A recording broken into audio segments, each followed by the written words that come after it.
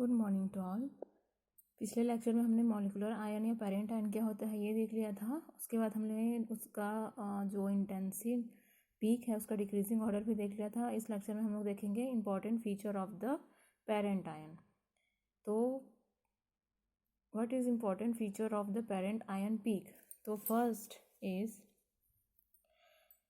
molecular ion peak of aromatic compound is relatively much intense due to the presence of pi electron system. Okay, pi electron system के present के कारण जो molecular ion peak होता है aromatic compound का, वो किसके comparison में, बाकी जो अदर जो कंपाउंड्स होते हैं उसके कंपैरिजन में ज़्यादा इंटेंस होता है।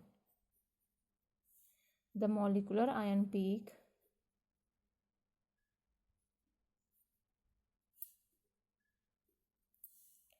in aromatic compound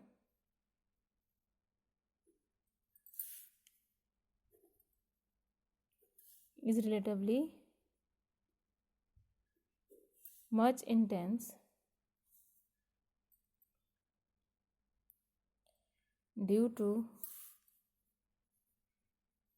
the presence of pi electron system. Second, unsaturated compound give more intense peak.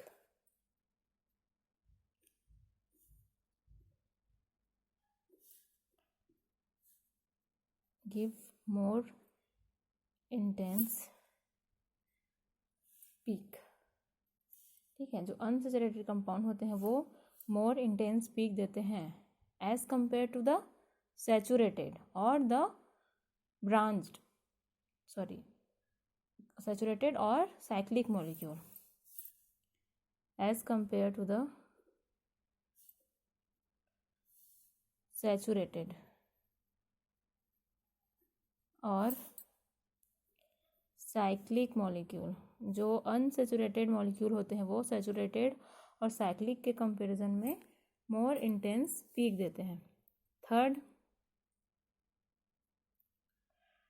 जो सैचुरेटेड हाइड्रोकार्बन होते हैं उसका जो रिलेटिव अबंडेंस होता है वो ज़्यादा होता है।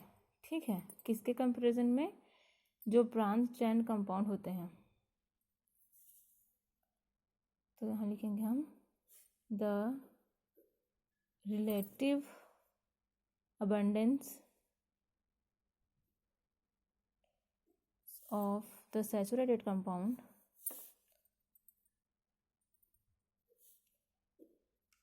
the saturated hydrocarbon is more than the corresponding branch chain compound.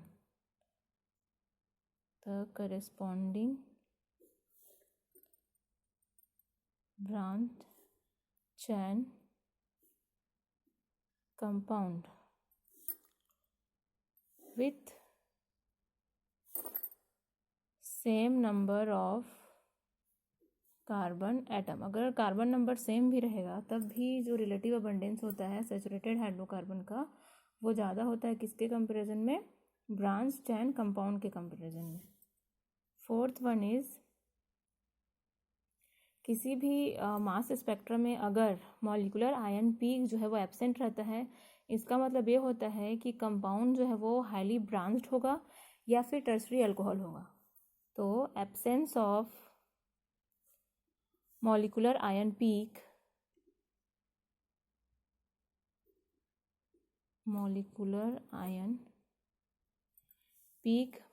In mass spectrum means the compound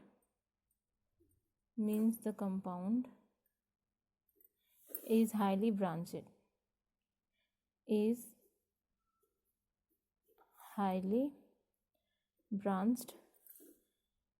और टर्शरी अल्कोहल। क्लियर? अगर मॉलिक्यूलर आयन पीक जो है वो एब्सेंट रहता है मास स्पेक्ट्रम में तो इससे ये प्रूफ होता है कि वो जो मॉलिक्यूल वो हाईली ब्रांच्ड है या फिर टर्शरी अल्कोहल है। फिफ्थ वन इज, जो प्राइमरी और सेकेंडरी अल्कोहल होते हैं वो क्या होते हैं, बहुत स्मॉल मॉलिकुलर आयन पीक देते हैं। टर्शरी अल्कोहल जो है वो तो देता ही नहीं है, लेकिन जो प्राइमरी और सेकेंडरी होते हैं वो बहुत स्मॉल मॉलिकुलर आयन पीक देता है। तो नेक्स्ट है primary and secondary alcohol give very small molecular ion peak. Primary and secondary alcohol gives very small molecular ion peak.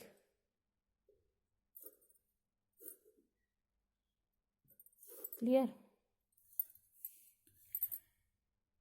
Next जो है सिक्स्थ वन इज, जो कॉन्जुगेटेड ओलिफिन्स होते हैं वो more intense molecular ion peak show करते हैं किसके comparison में, नॉन कॉन्जुगेटेड ओलिफिन के कंपैरिजन में।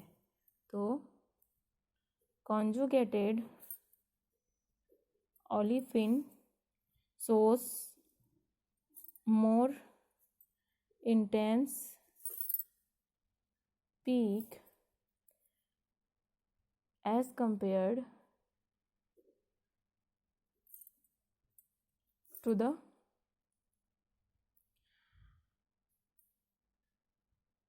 non-conjugate corresponding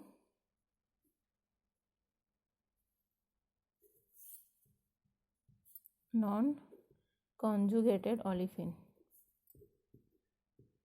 तो इस तरह से जो मॉलिकुलर आयन पीक है उसकी ये सारे फीचर्स हैं।